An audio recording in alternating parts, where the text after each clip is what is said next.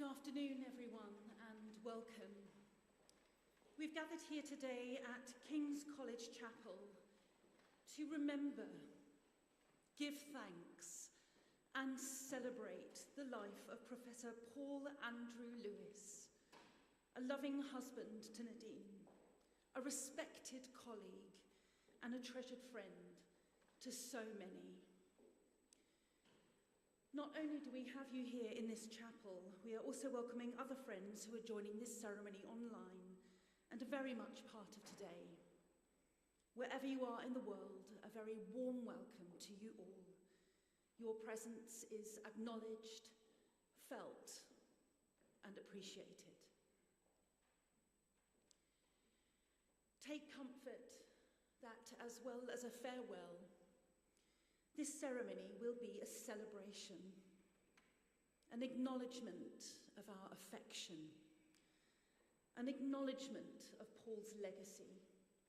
And in this way, we will ensure that our love will live on after his unexpected death. Today, we come together to remember the energy, enthusiasm, and passion with which Paul lived his life. All that he was, the impact he had on everyone he met, all that he loved in life, and all that he will continue to mean to all of you as you go on with your lives.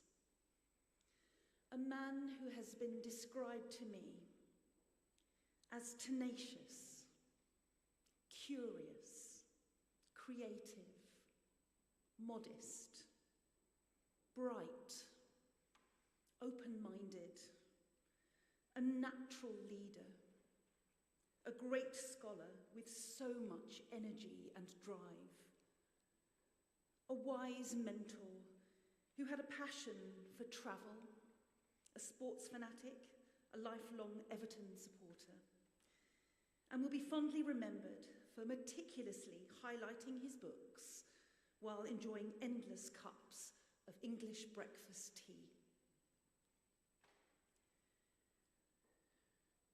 When Paul and Nadine married on the 12th of August 2000 at Emmanuel College in Cambridge, they made vows to each other, words that continue to resonate today.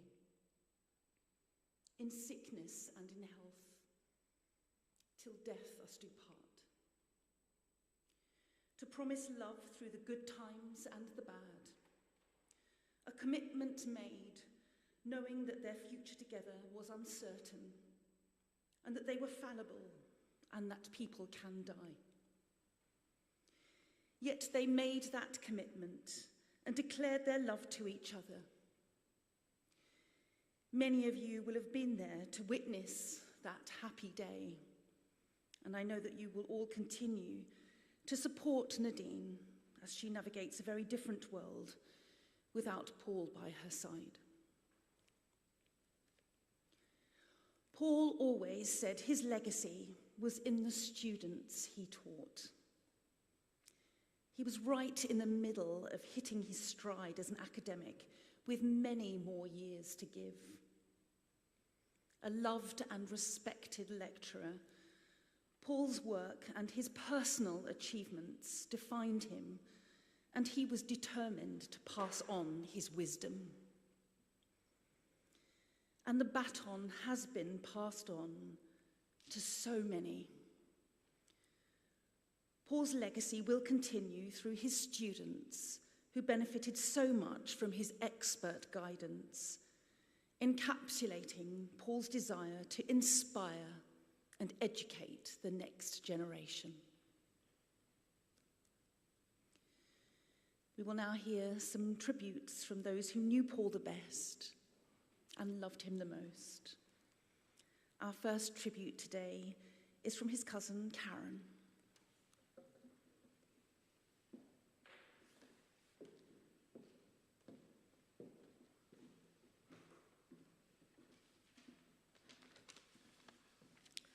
My special pebble ready. My granddaughter of 7, Betsy, gave it me to give me good luck today, because unlike Paul, I don't do this very often, but for him I will, because I loved him. Good afternoon, everyone. I'm Karen, Paul's cousin. Today, I just wanted to share some of the happy memories we have of Paul as a family. He was born on Saturday, the 22nd of May 1971, to Bernard and Catherine Lewis, and lived in Monadissa. I remember the day when Uncle Bernard called, telling us that Paul had been born, and my nan and everybody in the family were ecstatic. He was such a lovely baby, but hated sleeping, always falling asleep on cushions in the lounge, which made babysitting really tricky. However, his favourite way to fall asleep was pulling fluff off his blanket and rubbing it under his nose, which never seemed to work. One day, he even managed to stick the said fluff to a freshly glossed door his dad had painted. Cue a stealthy removal with tweezers by Sybil, my mum. We all mucked in on occasion to stop him getting into trouble, notably when he lost his mum's wedding ring. 4 of us searched the house to no avail. My mum again came to the rescue, buying a replica ring for Auntie Kitty so his dad didn't find out. Months later, Uncle Bernard spotted the ring in the garden while he was cutting the grass. I bet the air was blue that day in the Lewis household. We still have a replica of the ring today, a silly memento to remember that occasion. In 1974, our family moved to the same estate as Paul and his mum and dad, so I got to see him all the time. He was full of fun and a little monkey. I was going to say bugger, but I didn't think that was right, really, but anyway. Correction. I still remember the red car he got for his birthday and how quickly he got the hang of careering down the steep bank in his garden with a gleeful look straight into the wall of the house, which he did often and repeatedly for a number of years, much to Uncle Bernard's annoyance. His love of books started at a young age, and he would always delight in sitting and reading with you no matter what the book was, as long as you did different voices to make him laugh out loud. As he got older, he even knew when you sneakily tried to skip a page and missed a bit of his favourite book. Throughout his younger years, we got to enjoy holidays away and days out together, whether it be picnics to Fairbourne, Blackrock or Abersock, or even closer to home in Bala Lake. His dad would get the Primus stove out, and we used to have sandwiches, piping hot Irish stew from a tin, even though the temperature outside could be 70 plus degrees. Ooh, sorry. I fondly remember going on holiday to Torquay. On the morning of the trip, without telling anyone at all, Uncle Bernard, Paul's dad, turned up with a brand new, bright yellow, custard-coloured Ford Cortina, 1,000,000 times better than the old Ford Pop he used to drive. It stood out so much I can still remember the number plate. Sladner Park in Torquay was a great place, with a swimming pool and lots of activities for us all to do. However, on day 3 of the holiday, Paul managed to lock himself in the bathroom. Understandably hysterical, he screamed the place down until the maintenance man came to rescue him. Unfortunately, being the second smallest, this involved me having a hop on a wall and climb through the window. It's a good job I loved him. Needless to say, we left the rest of the holiday activities planning to the park officials for the rest of the holiday. Paul always worked hard to achieve his goals. His mum and dad were his biggest supporters and actively encouraged him to pursue his dreams of going to university, which he did in a way only Paul was capable of. Countless years of studying later, with huge success, I might add, he still faced some merciless teasing from the family about being a professional student, as we questioned if he would ever get a proper job. I'm reliably informed he did. At university, he was dedicated to his studies. However, I think there was lots of fun to be had too. He naturally used to gloss over that bit, unsurprisingly. During this time, he met Nadine, who, is this safe to say, is the love of his life. From the beginning, you could see what a positive influence she was on Paul, who, let's face it, being a Lewis, was incredibly stubborn and had no doubt inherited a few more of the brilliantly unique Lewis traits, which I can't possibly comment any further today. All joking aside, it was always and has been plain for all to see that she was the only one for him, and how much he utterly adored her. Paul was somebody who I always stuck up for and equally could tell the unfiltered truth to what he really needed to hear and listen to. I would always help him no matter what, I've gone wrong now. I would always help him no matter what or when, because of our lifelong friendship. He was a brilliant, kind and caring, super thoughtful man, all the qualities that led me to have him as godfather for my two girls. And he also gave Laura lots of help when she was choosing a university and telling her that university is a long time. Pick what you love, not what you think people think you should do. So she took on his words and did well at uni.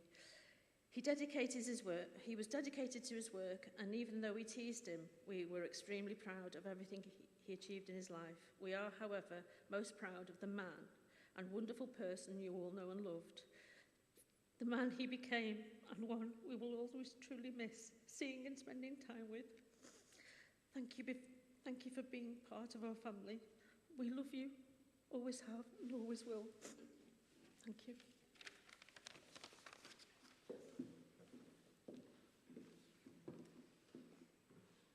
Thank you, Karen. We're now going to hear some memories of Paul as a young student, and that's going to be from Alan. Thank you.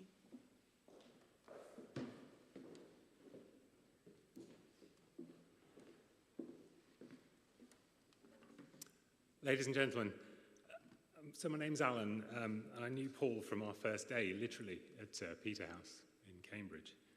It's very interesting, the welcome we have from Joe, because a lot that I experienced on the first day is actually, I think, the Paul that we all knew later. Also interesting how the memory works. You know, over 35 years since that was, I must have spent hundreds of hours, literally hundreds, with Paul. And yet, 3 times with him only are in perfect clarity. Those being, the first day I met him, of course his wedding to Nadine, and then the last time I properly met him, which is interesting. So let's go back to the first time, of course. So Peterhouse doesn't put the undergraduates, so the first years, the freshers, in the nice buildings, the old ones. They put you down the road in some Victorian terrace, as you'd imagine, and they're sort of 3 or 4 stories high. And what that does when you arrive is gives you a good chance as you come in with your bags and you're carrying them up and down the stairs to get a good look at all the other students. And the first impressions count, I think. And at the time when a lot of people had that look, which came to be known as grungy, now, there was one chap who really stood out. You know, he had a well-pressed pair of trousers. He had a shirt with a collar. It was nice. He had a sweater with a pattern. It was just so. You can imagine that was our friend Paul. And again, when everyone tried to be a bit cool and, you know, they wouldn't really look at you and they'd sort of slope by, there was this guy who was pleased to see you every time. And again, that was him. That was Paul. Cheerful, sporty, and just pleased to be alive. So we teamed up that evening, went to Hall. Peterhouse Hall, for those that don't know, they tend to serve the dinner by candlelight, which I thought originally was for sort of romantic kind of reasons, but it's actually to hide the quality of the food. And again, a lot of folks there were being terribly picky, and how dare this, you know, they feed us this slop. But Paul just got his plate, put it down, declared that the mysterious bowl in front of him was French onion soup, I think actually it was, and spooned it down with gusto. And again, you know, I thought that's a guy I can really get to like. And in those first weeks, you know, he showed very quickly he was made of a material different to the rest of us. You know, I take it as a fact that he didn't sleep for the first 5 days. Because in the morning at breakfast, there he was. Last thing at night, watching terrible films, there he was. You'd come in the morning and you'd meet someone and say, oh man, I've been up all night talking to this guy, Paul. He's had me talking all night about science, economics, who knows what. You know, there he was, just all the time, consistently. And he was just so excited to be there. You know, the excitement in him was incredible, actually. There was something quite disconcerting about him, and I think people who know him will recognize this, which was he could catalogue. He has a mind like a library, actually. I think people these days would call it their thought palace or whatever, you know, but he would, anything you said to him would get stored away, and then he would bring it out later. And of course, in your first few weeks at university, you talk a lot of rubbish. This is just a fact. And then, of course, years later, Paul would pull it out verbatim, when you said it, who you said it to, and how you said it. And this is a terrible thing. But it was noticed by a lot of people around him. It's an amazing sort of cataloguing, structuring of information, retention of data capability that Paul, you know, always had. And again, it was, you know, by degrees, sort of disconcerting and amazing, honestly. And then the intensity. I think we heard that in the introduction with which Paul did everything. I'll talk about his academics in a moment, but sport, really. Rowing was up, rowing is something you can get to at Cambridge, and straight there was Paul to it. I don't think he'd rowed particularly before, or at least it didn't look it. But my goodness me, he was going to be a good rower, and he pressed himself against it, and he was on the ergos, the rowing machines every day, and he would talk to you about scores. I didn't do the ergo, Paul. Leave me alone. Stop talking about ergo scores. I don't care. And yet there he was, rowing away, telling me his scores, That was, again, and endlessly. It was great. Thankfully, because I ran the college squash team, he took up squash. And again, he wasn't great to start with, but he worked away. I think one summer, he came back early and actually took lessons, which, of course, because of his fitness, meant that he became dangerous. I mean, really quite a good player. And anyone in the audience who knows economics, Professor Solomou was a very good squash player. He was the Peterhouse economics professor. And so with Solomon as 1, me as 2, Paul as 3, we actually won. Can you imagine small college Peterhouse won the league one term? May have had something to do with the fact that I was running the league, but that's another story. Finally, the other thing that was different in material, everyone in the UK, that's an exaggeration, but in the UK we're quite shy to talk about success and capability. Paul had none of that. In the early days, he would say, who's going to get a first? Can you get a first? Can they get a first? I don't think they're good enough, but I think there's something in that person, and he looked to himself as well to be really good, and to show that he could be. And that was, quite strong, wasn't it? Quite a strong capability at such an early stage to be able to mark yourself like that. And having marked himself like that, of course, as we've heard, he stood behind it. He spent hour upon hour in the library, as we've heard, where he marked up every economics book that Peterhouse had in the library, and then declared that there weren't enough of them, and then got the college to buy another set, which was even bigger than the first set, and then worked their way through them. I think Peterhouse Library still lives on the legacy of Paul Lewis 30 years later. I'm sure they do, in fact. And everything was written down in huge notes with real flourish, with a blue fountain pen with a dark blue ink. It was just classic to watch him do it. And yet, because of this, of course, his great intelligence, his drive to do well, he was fantastically successful. He came in the top few of his year every year. I'm certain of it, and of course got firsts all the way. And yet he was modest, wasn't he? Always so self-deprecating and modest. And we used to agree to meet up and stuff, and we'd do something, and our sort of catchphrase between us was, well, I'll see you then, unless you meet the girl of your dreams, to which the response was, with a knowing look, yeah, I think I've got a pretty shrewd idea. After Peterhouse, we went our separate ways, I should say. We only met up now and then. I do remember, though, 10 years ago, Paul invited me, so he spent a lot of time coming through it, back to London. He was sponsored by the Gatsby Foundation, and he'd done some papers on apprenticeships, and that was interesting to me because I was setting up an apprenticeship in a technical company at the time. And so it was great to see Paul's kind of come through to himself, but it was interesting that there he was. He was, although 20 years later or whatever it was, he was still Paul, wasn't he? He stood there. Maybe he was standing a bit squarer, maybe he was a bit more, I've grown into myself now, perhaps, but he was still just this charming, cheerful, wants to do the right thing person, always knew. Of course, gave a really knockout presentation, detailed research, really clear, delivered with humour and humility. It was just lovely to see. And then I'll close. Last time I saw Paul was last summer. You have to end a story that starts with Peterhouse Food again. So we said we would meet, and we said, well, why don't we? We've got dining rights. We'll meet at Peterhouse. And so, being dutiful about these things, I rang up Peterhouse, and I got my name on a list. But Peterhouse didn't copy the name from this list to the list they needed, so when we arrived, our name was not on the list, and we were not coming in.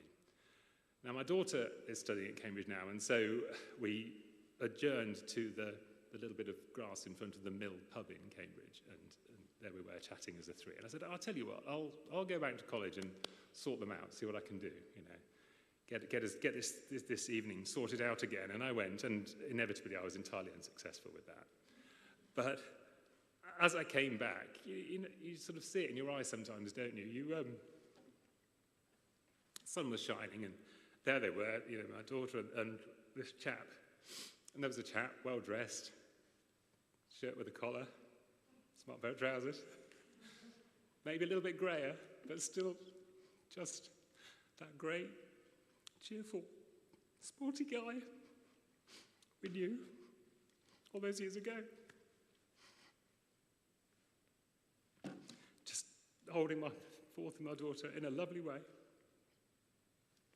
And my daughter thought that Paul was just fantastic. And she's right, he is. And I think we'll all miss him very, very much. Thank you.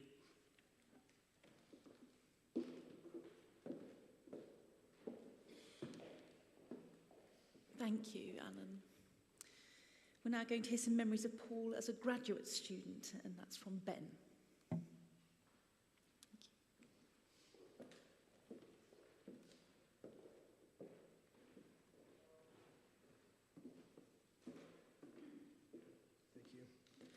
Thank you. My name's Ben.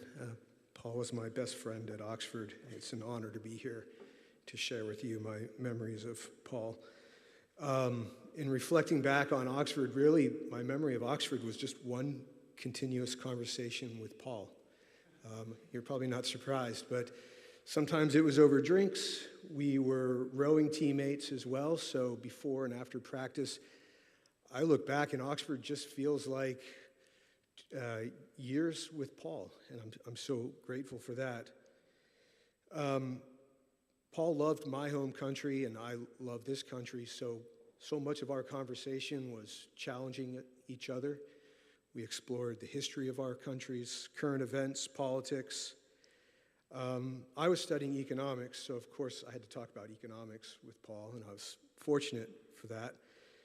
I don't recall learning a particular concept or theory from Paul, but what I did take away was a lifelong passion for the discipline. I think he fortunately did that for hundreds of people, and that's quite a legacy. Paul's the kind of friend where after Oxford I might not see him for a couple of years, but then we would come together, and it was like we just picked it right back up. The night before, we might have had drinks together, and there we were years later, the same conversation. In recent years, not surprisingly, a lot of the conversation was how crazy our world has become. But Paul was a great friend to navigate today's times. I thought about it as I came. As I planned for this trip, more than once I caught myself, I need to let Paul know I'm coming, because whenever I came over here, we met, and we would catch up, and it was the highlight of my trip. When we would meet, I would always end by asking Paul for some book recommendations, and I would go away and I would read them, and when I came back, that was part of our conversation. And so, in thinking about Paul, he really has been my life tutor. So I don't need to come here to tell you about Paul as an economist. What I want to share with you is Paul as my teammate. Paul as a sportsman, Paul as a competitor. My earliest memory of Paul was in the gym, and we had this gym at Christ Church. Nadine was always in the gym as well. And, I was on the team. I was an American in the military, and so I had some pressure on myself. I wanted to be the strongest guy in the gym. And so we would do these circuits. Each person on the team would get to a station, and we'd have dumbbells or whatever, and then we'd start. You'd do as many as you could to exhaustion, stop, shake it out, and then you'd rotate to the next station. And so I remember the first station I was at, I really went after it. I must have done 8 of whatever it was, and thought, okay, I'm sure people were watching that. That's going to be pretty good. Next guy came along. He did 10, so I'm thinking, wow, okay, maybe I'm not the strongest guy. And then Paul rotated through, and I thought, okay, I know I'm stronger than Paul. He's half my size. He did 10, then he did another 10, and then he did another 10. He had no exhaustion. He was, and you all know this, not just strong as he could lift, but strong inside, strong mentally. He just had extraordinary fortitude. And he brought that out in his teammates and his friends. That's a huge memory. When we would compete on the water, Paul normally sat behind me. And when you do a race, maybe it's a 2,000-meter race, the last 500 meters, it actually isn't the hardest. You've gotten to failure and you're out of breath, but it's only 50 more strokes, only more 40 strokes. For me, the hardest part of the race is that 1,000 meters to 1,500. And I confess, as the muscles fatigue and you're short of breath and you have more than 50 strokes to the end, that's when the doubt starts to creep in. At least it did to me. And I would think to myself, ooh, this is a long way to go. I'm really feeling it. And there's 7 other guys. I wonder if they'll notice if I let up a little bit. But I knew Paul sat right behind me, and Paul would notice, and Paul was not going to let up. There was no way that Paul was going to let up one stroke, and none of us would want to let him down either. So that's why we're a very strong team. Paul's gone much too soon, much too early, but as special as he was, he lives with each of us. The way he'll live with me is if there's a time in life where I'm feeling down or feeling weak or questioning my will, Paul's voice will be behind me. He'll say something colorful that I won't say today, but effectively it'll be, come on, Ben, buck it up. You can get through this. Be strong, be tough. Similarly, part of what Paul left with me is that lifelong love of learning. And if I have a choice between reading something good or going off and being lazy or watching TV, that voice will be there. Ben, I left you that reading list. I still have some books that I haven't finished. And I hear he's a big fan of Hayek, so I'm going to have to do some reading there. So he left that with me. Again, Paul's gone. His friendship, I'm a better person for it. I'm grateful for that friendship. I think we all are. And wherever he is, I thank him for being such a good friend and giving me so much.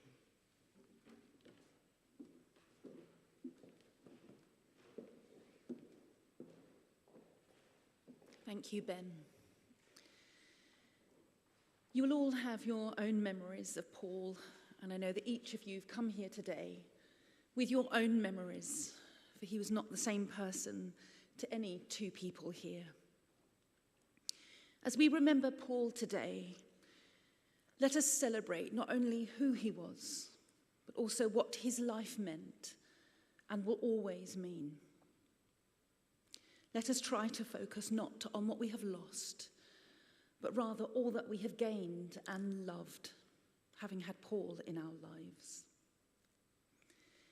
As we listen to Headlights on the Parade by the Blue Nile, Paul and Nadine's first wedding dance, let us take a moment to quietly reflect and remember the part Paul played in the story of your lives.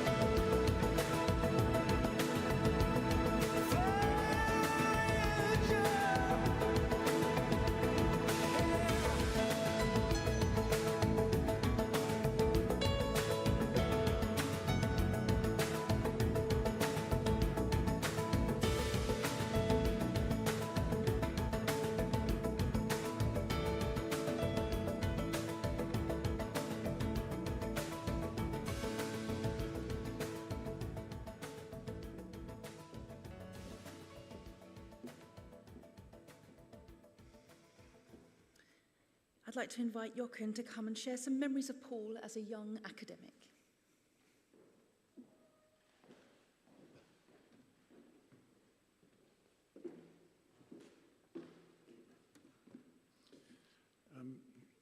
As we've just heard, my brief is to talk about Paul as a young academic, and that gives me enormous latitude because he was an academic before he got an academic job, in my view, and he died, sadly, as a very youthful academic.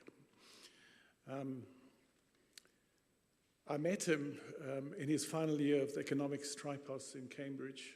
I was supervising a paper called Advanced Economic Theory. And he stood out immediately. This is this amazing student writing these amazing essays, in a context in which the level is already extremely high. It was really something special. I can't imagine, we've heard a bit about it, the amount of time and effort that he must have put into these essays, one every 2 weeks. It's just extraordinary.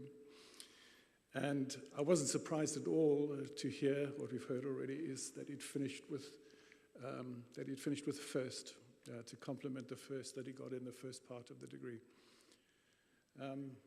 What I didn't know until quite recently was that he finished third in his year. So these are very, very clever young economists, and there are lots of them. I don't know quite how many, but I would imagine that it would be over 100. And to have done that incredibly well. And that led very quickly to the MPhil in Cambridge, and I was privileged to be his supervisor for the dissertation then, and then him decamping to Oxford, and we've heard from Ben a little bit about the time in Oxford. He had gone to Oxford to work with someone called Christopher Bliss, a very prominent theorist of capital, a neoclassical economist, so a mainstream economist, and was by all accounts a very attentive and very kind supervisor, but just not the right kind of intellectual fit for Paul, which meant, I think, that Paul had a fantastic 2 years at Oxford. Of course, the most important thing of all was meeting Nadine, and Paul and Nadine getting together. We've heard a bit about what was happening in the gym and the other things, and doing an enormous amount of reading. And then suddenly, by magic, because I've never heard of this before or since, he was transferred back to Cambridge. And if you look at his CV, you'll see that his PhD says that, he says in the CV that the PhD is from both Oxford and Cambridge, which is a very rare thing. And anyway, he was suddenly back in Cambridge. I actually have vague memories of seeing him very early on in that time. And he asked whether I would supervise his PhD thesis, which I did. And he very quickly finished. So he finished his undergraduate degree in 92, and the thesis was complete in 97. And there followed a string of prestigious positions. He was awarded a research fellowship at Emmanuel College, was there for a number of years, and then teaching positions at Newnham College, and then Selwyn College, where he also had tenure.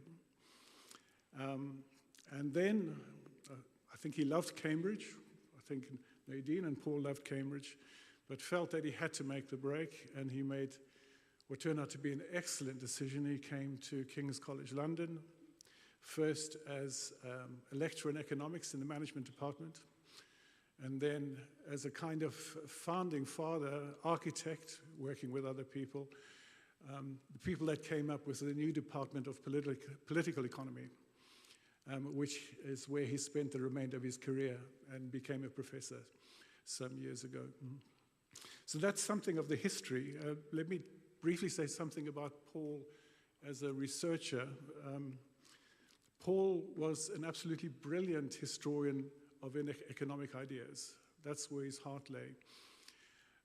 And it was in a very distinctive way. He's someone who emphasized ontological considerations in the writings of the people that he was examining and writing on. And this comes from his engagement from the late 80s, early 90s, with a group in Cambridge that revolved around a seminar called the Realist Workshop, which was led by someone called Tony Lawson. It's still led by Tony Lawson. It still continues to this day. And what that workshop was about was the methodology of economics, so how economists go about their business, very critical of mainstream economics for borrowing methods from other sciences and applying them to social material to which they may not be perfectly suited. So critical in that sense, but also constructive in trying to build alternatives, and where a lot of the work involved social ontology. It's a very unsexy word, forgive me, but it's about, as you all know, investigating the nature of social reality, so the existence in the social world. And that was where Paul was operating. So he's interested in things like emergence. He wrote a prize-winning paper on Hayek's emergent views of emergence, on things like non-market forms of economic organization, adaptive systems, complexity, and so on. And he played a very important role there, because it's not only that through his many publications he enriched the work of the people doing the stuff in Cambridge, he also brought a lot of these ideas to a completely different community on the completely opposite side of the political scale in America. He spent a lot of time at George Mason University with the group of Austrian economists who teach there at the Mercatus Center. And these are people that really are on the right of the political spectrum, whereas the Cambridge people tended to be more on the left of the political spectrum. And he played an enormously important role there, because he showed there was room for engagement, with these two otherwise quite diverse groups. Occasionally he also did have to push back on both sides on some of the more extreme political views. So an enormous contribution in that sense. We've also heard a little bit, and I'm not going to talk much about it, with his engagement with a completely different group, which was the empirical work that he did on skills training in this country. I didn't follow his work in this regard closely, but I've looked some of it up, and it's quite extraordinary how much he did. So not only researching in this area, very demanding research, it's all interview-based research, but then writing both papers for learned journals and policy reports for the Talent Commission, and then engaging with politicians, engaging with policymakers, even in Downing Street. So really remarkable academic contribution. I will miss him as much as any of you. We worked very closely together at the beginning of his time in Cambridge, and then stopped a little bit, but engaged a lot more, writing papers together, doing projects together in the last few years. And a lot of our interactions were on Teams, not Zoom, because King's College doesn't do Zoom, it does Teams, so it was Teams. And it is amazing, thinking back on it now, I actually saw Paul at a dinner not that long ago here in London, but my most vivid memories is really of those Teams conversations, because he was, so to speak, he's right in your face, he's right in the computer screen in front of you. And all of the qualities which have been mentioned were there. The incredible energy, the alertness, the bright eyes, the determination, the capacity for work, the enthusiasm for the work, and also something which hasn't been mentioned so far, an incredible generosity as a co-author, where he, in the papers we've done together, very often was the one doing the heavy lifting, not me, he was the one doing the work. So I will always remember those discussions and the work, but the best part was often at the end, when we're not working anymore, and he is regaling me about his latest adventures in America, sometimes with Nadine. And of course, we've all seen the Facebook posts, the food that he is eating on his travels, the pictures that are being looked at, and the other sites. And the best thing of all at the end was that we talked about sport, because he was, he was a completely and utterly passionate sports fan, and in particularly also American sports, American football, which I have a mild interest in. We closed with rugby, all right, and Paul was Welsh, as we all know, and is an incredibly strong supporter of the Welsh rugby team. And as most of you will know, Wales have been going through a very torrid few years. It's not been great, all right? And I would always be sympathetic with Paul, all right, and genuinely so, because he felt it very deeply that Wales wasn't going well on the rugby field. But he always took the time then to be extremely complimentary about the Springboks, all right, who of course going through a golden rugby period. And it was not through gritted teeth, you know, that he would say, you guys are doing really well now, which of course was very, very much music to my ears. Okay, so a little bit about Paul. We will all miss him hugely, and I'll miss him as much as anyone. Thank you.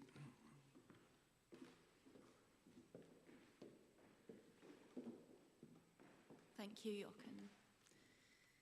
I'd like to invite John to come and share some memories of Paul as a colleague.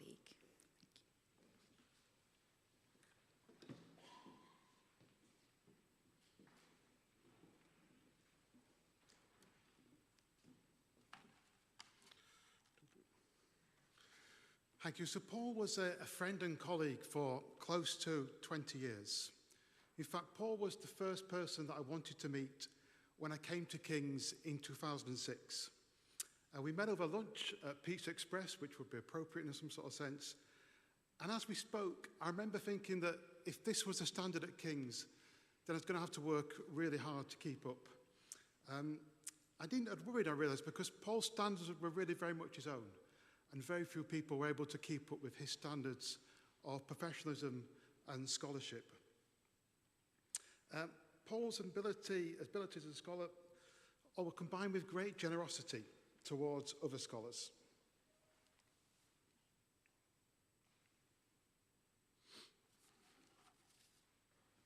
He generally wanted to help other people to do their best work. His goal when responding to a speaker at a presentation was always to help and encourage that person to produce a better version of their paper, without criticising, embarrassing, or discouraging them. And he had a series of phrases that he always used that were very much his own. Given what you know, I was surprised that you didn't do this. Why did you decide not to write a better paper, in a sense? And one that he used most often, I think, was, I know you know this, but. So Paul exemplified, I think, humility in scholarship. He was always open to the possibility that he could be wrong and that other people could help move him closer to the truth. And he expected and wanted other people to demonstrate the same humility. Indeed, Paul led me to challenge and change my own assumptions and intellectual commitments. Before I met Paul, I thought that anyone who wasn't a classical liberal or libertarian either hadn't read enough Hayek or hadn't understood enough Hayek. But Paul, as we've heard, had read more Hayek than anyone else, and I think he understood Hayek better than anyone else. And he wasn't a classical liberal or libertarian. So I had to accept that one could read everything that Hayek wrote, understand it very, very profoundly, and still not be a classical liberal or libertarian. And that was a challenge for me intellectually.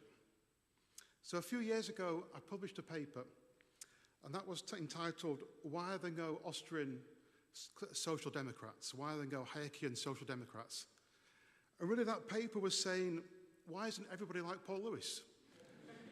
And it's still a question that I asked today, and I realised that Paul has a tremendous impact on my own work and my own intellectual development. So when I first met Paul, we were both members, as has been said, of the Department of Management here at King's. And I guess neither of us had any idea of the adventure that lay ahead. So a small group of us were asked to set up the Department of Political Economy in 2010. And it was always in my mind that Paul would join the department. And in many ways, because Paul was the embodiment of everything that department is meant to stand for. And Paul did join DPE in 2012. He sat on most of the early appointment panels as our internal external, which was a bit of a joke almost in a sense, because he was always, for me, part of the department. And then he became a key membership of the leadership team that made that department a viable enterprise.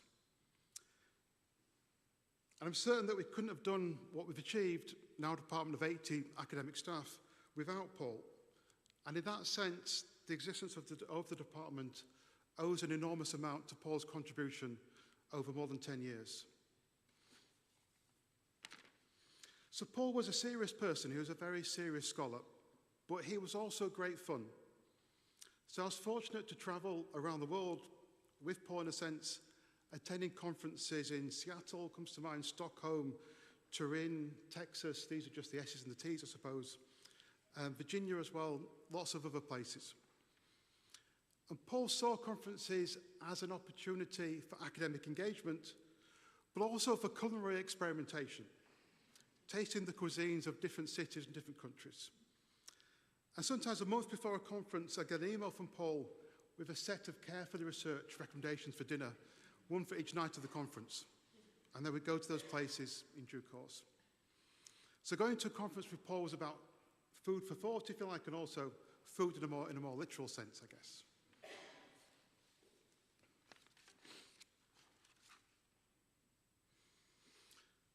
So, in today's academia, it can be easy to become, I think, fixated on administration, managerial responsibilities.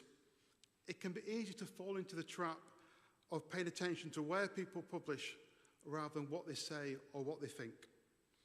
And Paul showed that another path was possible. He made times for things that I think were truly important, and he engaged deeply with what people said and what people wrote. He didn't really care where a paper was published, just cared what the paper said. So finally, let me express my condolences to Nadine. I'm sure I'll speak for all Paul's friends when I say that I've only met Nadine once before today. I feel like I know her very well. And that's because Paul spoke so often and so warmly about Nadine. So to know Paul was really to know Nadine. So I'll miss my friend, but I hope we can keep his example alive here at King's in the future. Thank you.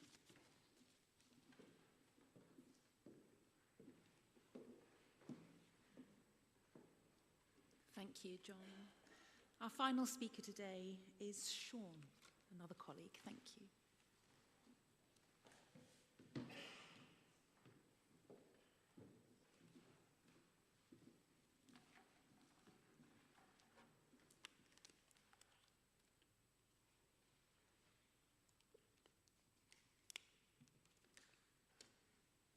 Seeing Paul with a folding music stand in some king's corridor, you could be forgiven for supposing he was a musician. As far as I know, he wasn't.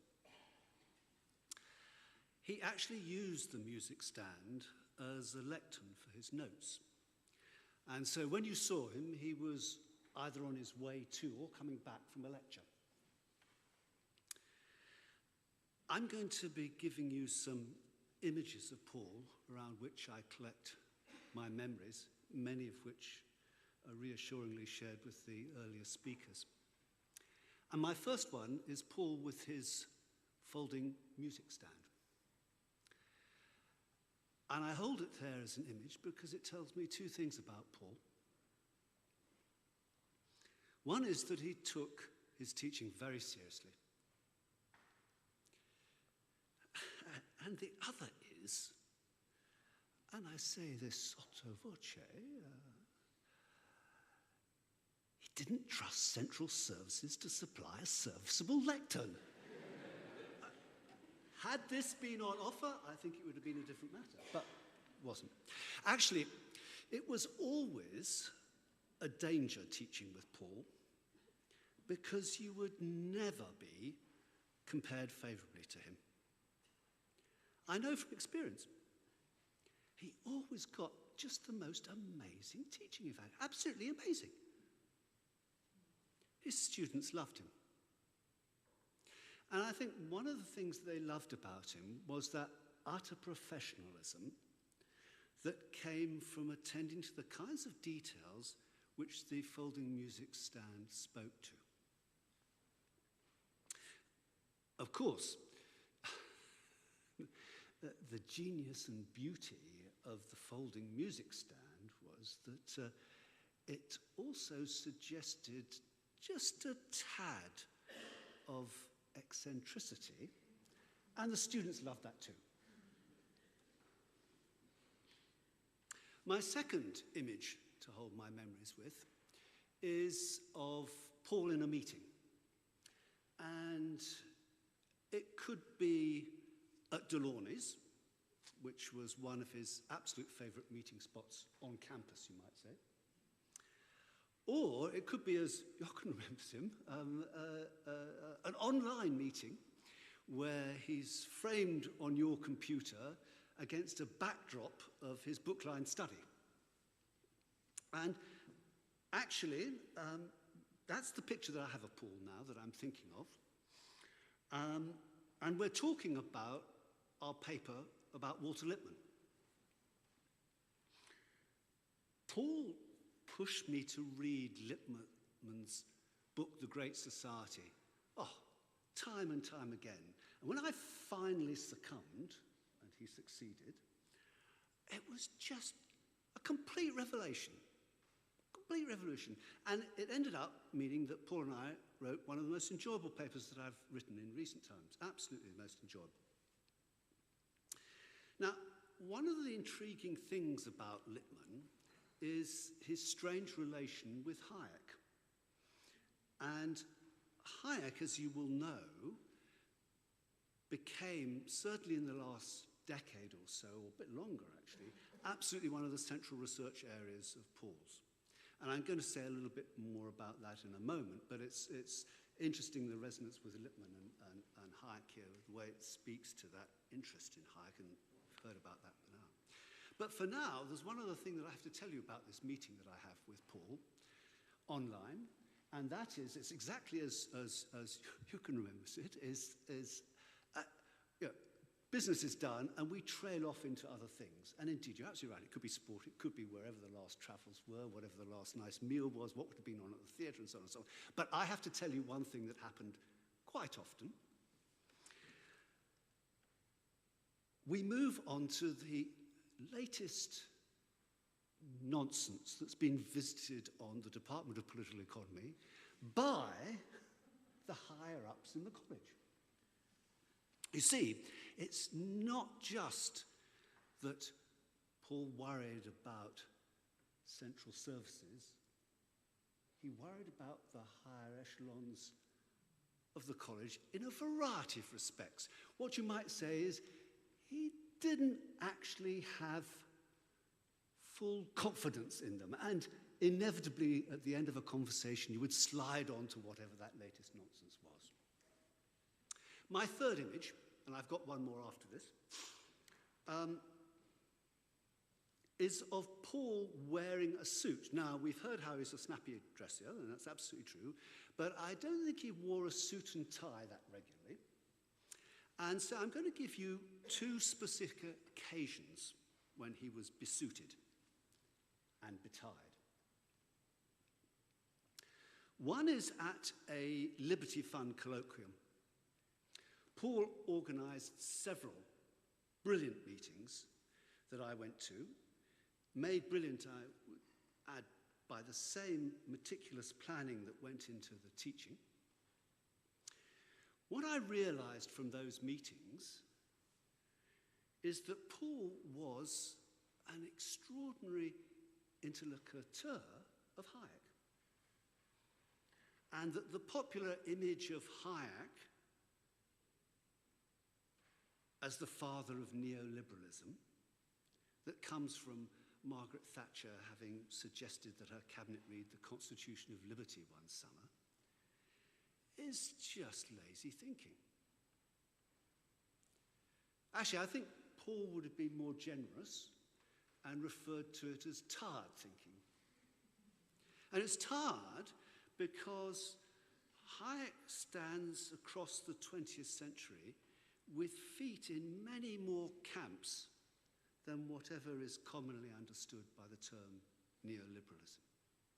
And I think that's a bit of what actually John was just recently getting at. Paul, though, was more than an interlocutor in this respect. Instead, he made, for example, I think, a unique contribution to our understanding of Hayek through his research on Hayek's very early work in the psychology of the brain. Hayek thought that the brain should be understood as a set of neural networks with different possible levels of complexity. Now, this is not only interestingly connected to Hayek's much later work on politics and economics, which is the connection that some of Paul's work brought out, but it points to one of those surprising camps that Hayek has a foot in that belies that elision to neoliberalism, i.e., the contemporary debate over artificial intelligence. The second besuited occasion that I want to give you is Paul giving evidence to the Lord's Science and Technology Committee a couple of years ago. I went back to look at these hearings online because they're available online. That's where I first saw them. I went back to look at those hearings after Paul's death, as they gave me a way of looking at Paul when he was very much alive. He was there because of some of the research that's been mentioned again by Jochen and others on apprenticeships and technical education. Now, one of the things I want to say about that research is that it is just wholly different in its direct, empirical, policy, nuts and bolts way to Paul's other work on ontology and social science and on the history of thought. And that kind of breadth of research is really remarkable. The other thing I want to say about this particular piece of research is that it's singly important now because it's difficult to imagine how the growth agenda in the United Kingdom will be advanced unless we address the technical training problem in this country. Watching those hearings also reminded me of something that's been remarked upon again in the earlier memories of Paul, and it'll be familiar to lots of colleagues and friends who are here. He was unfailingly charitable and generous in those kinds of discussions, as well as authoritative. It's a rare, rare combination that you manage to hold together. My final image of Paul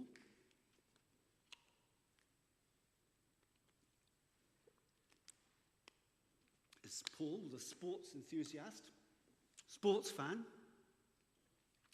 You can imagine him running, rowing, swimming in the gym. Yeah. I'm going to focus on him, though, as a sports fan. In my last snapshot of him, we're back at Delaunay's. Paul is healthily eating some mackerel, and alas, I can't resist the Swiss and pastrami. We're talking about Everton. Everton's latest mistake, latest failure, latest piece of maladministration. Call it what you will, and there's plenty to call it. You see, Paul was doomed as a football fan by being a lifelong supporter of Everton. I'm similarly doomed for probably the same sorts of random reasons to being a lifelong follower of either Wolves or Norwich City. This is why we always had something to talk about. even if it was, as it were, mining the gradations of nuances of failure of your favourite sporting team. It's not all doom and gloom being a sports fan, and it wasn't for Paul. And I want to leave you with a memory that's very, very different to the trials and tribulations of being an Everton supporter. Paul enjoyed a moment of absolute joy when Geraint Thomas, a fellow Welshman, won the Tour de France.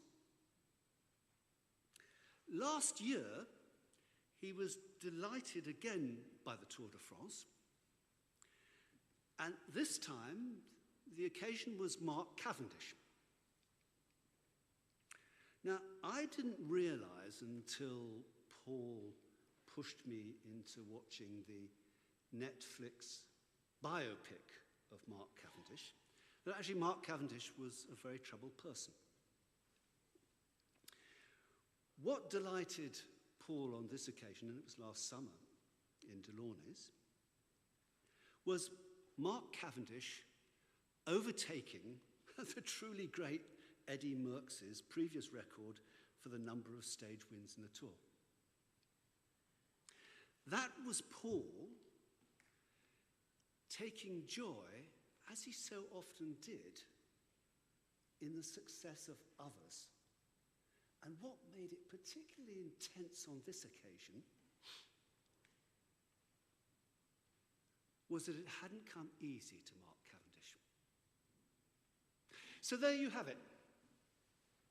I give you 4 images of Paul: the folding music stand, Paul the breathtakingly brilliant teacher, the online meeting in the study,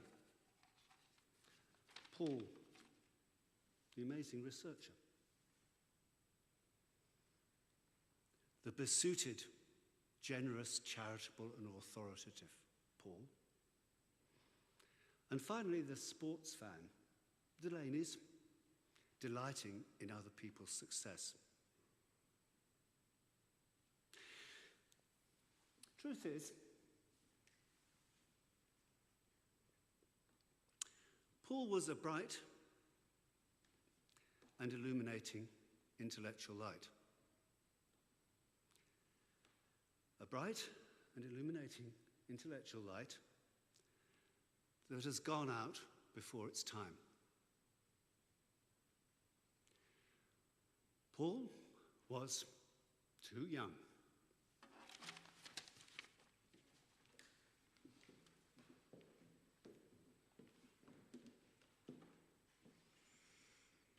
Thank you, Sean, and thank you to all our speakers today for sharing your wonderful memories. Our final memories of Paul today is as a husband, and it is my honour to read some words that Nadine has written, especially for today. Love is. Love is a fan club with only 2 fans. Love is beach walks on pink shell sands. Love is sunrises in faraway lands. Love is.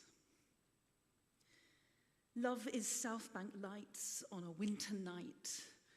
Love is warm hugs, long and tight. Love is when you don't put out the light. Love is. Love is 50 flavours in ice cream shops. Love is remembering DTM bops. Love is what happens when the music stops. Love is. Love is our ongoing backgammon war. Love is calling, I'm home from the door. Love is being your superstar. Love is. Love is you, and love is me. Love is our home, and love is free. Love's what's there, now you're not with me. love is. Thank you, Nadine. We now come to the part of the ceremony where we must say our final farewell to Paul. If you are able, will you please all stand?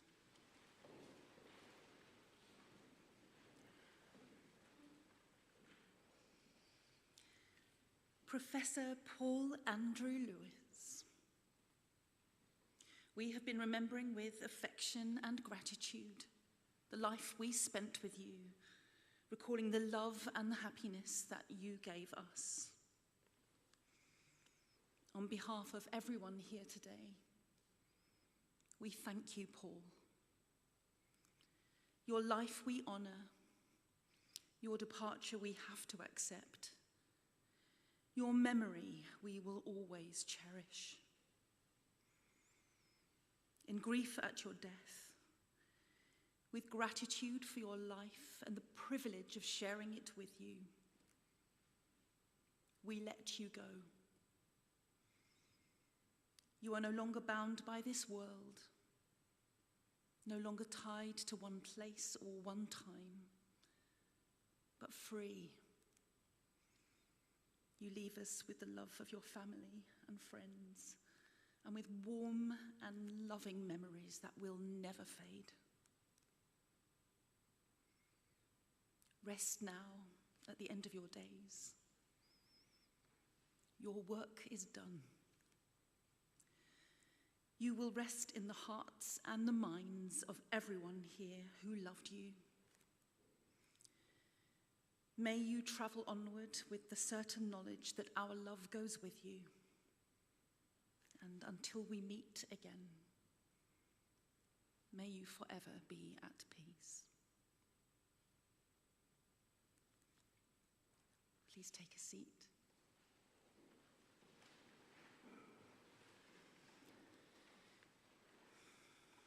On behalf of Nadine, a huge thank you to King's College for gifting us this incredible chapel today.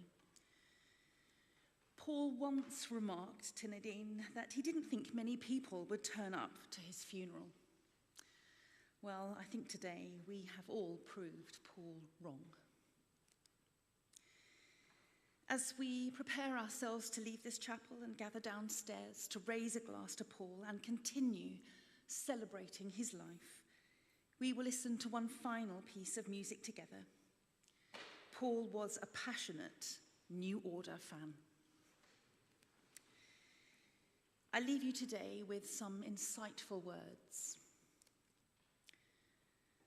The first law of thermodynamics states that no energy gets created in the universe and none is destroyed. All your energy, every vibration, every bit of heat, every wave of every particle that was you remains with us in the world. In fact, not a bit of you is gone. You're just less orderly.